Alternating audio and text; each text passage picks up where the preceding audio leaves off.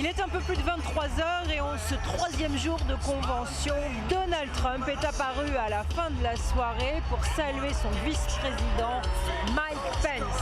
Mike Pence, gouverneur de l'Indiana, l'homme que Donald Trump a choisi pour être à ses côtés si jamais il remporte la Maison-Blanche. Mike Pence qui a promis de faire que l'Amérique soit meilleure. Mike Pence extrêmement applaudi. Ce qu'on a retenu ici avec Antoine Estève, c'est Donald Trump. Donald Trump qui est arrivé à Cleveland. Regardez le reportage d'Antoine Estève.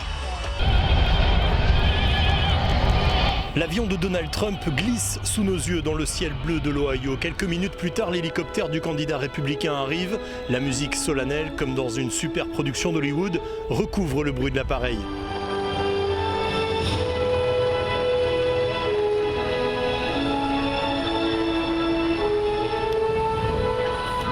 L'arrivée de Donald Trump, c'est un vrai show à l'américaine, avec de la musique à fond, avec des centaines de journalistes qui l'attendent ici, sur la pelouse, au bord du lac Erie, à quelques centaines de mètres du centre de convention. Il a été accueilli par toute sa famille. Il veut montrer l'unification, vraiment que cette famille est unifiée. Il va vouloir aussi montrer dans les prochaines 48 heures que sa famille politique est unifiée. Et pour cela, il va falloir d'autres images fortes, comme cette arrivée en direct sur toutes les chaînes américaines. Après un bain de foule de quelques minutes, Donald Trump est allé dans son hôtel. Prochaine étape, son discours d'investiture. Toute la journée, la sécurité était impressionnante. Il est très difficile d'approcher Donald Trump. Regardez, encore ici, nous sommes bloqués parce que Donald Trump va passer simplement dans un couloir. Et avec Antoine Estève, nous avons voulu aussi vous montrer ce qui se passe lorsque Donald Trump, cette nuit, est arrivé par surprise parmi le public de la convention. À 22h, Donald Trump surprenait en se dissimulant dans le public. On essayait évidemment de l'approcher pour tenter de lui parler, mais c'était impossible. On était pressés avec une dizaine de journalistes essayant d'approcher le candidat présidentiel.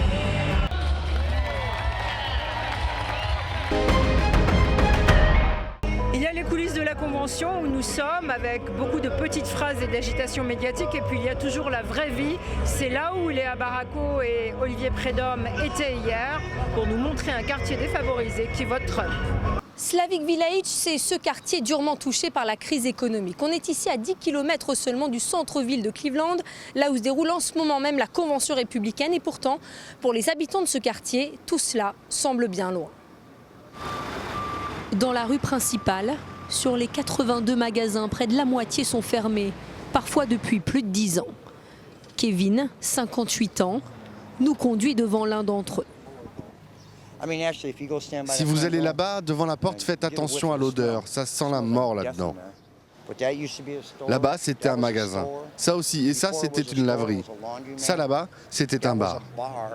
Des vitrines qui prennent la poussière, des maisons à l'abandon et des habitants résignés. Pour Samantha, 30 ans, ni Hillary Clinton ni Donald Trump ne changeront la donne. Ils ne savent pas ce que c'est qu'une vie difficile, et ils ne le sauront jamais. Ils sont nés avec une cuillère en argent dans la bouche. S'ils veulent nous comprendre, il faut qu'ils puissent se mettre à notre place. Un peu plus loin, voici Jeff. Il est comptable. Lui votera, mais par défaut. Vous allez voter pour qui ? Je vais voter pour Trump, Donald Trump. Je crois que Washington, c'est fini, ça ne marche plus. Il faudra quelqu'un de l'extérieur pour réparer ça. Je sais que ce n'est pas le candidat parfait, mais c'est mon vote de contestation. Et voici son collègue, Chet. Regardez cette photo là-bas. C'est comme ça qu'était notre quartier il y a 20 ans. Avec Donald Trump, il redeviendra comme ça ? Je crois que oui. Vraiment. Oui. Mais à Slavic Village, plus que l'élection présidentielle, ce sont les travaux engagés depuis quelques semaines qui suscitent l'espoir d'un nouveau départ. La déléguée du jour, c'est cette dame que j'ai rencontrée d'Hawaï. Oui, d'Hawaï. D'Hawaï, c'est l'État de Barack Obama, mais il y a aussi des républicains à Hawaï.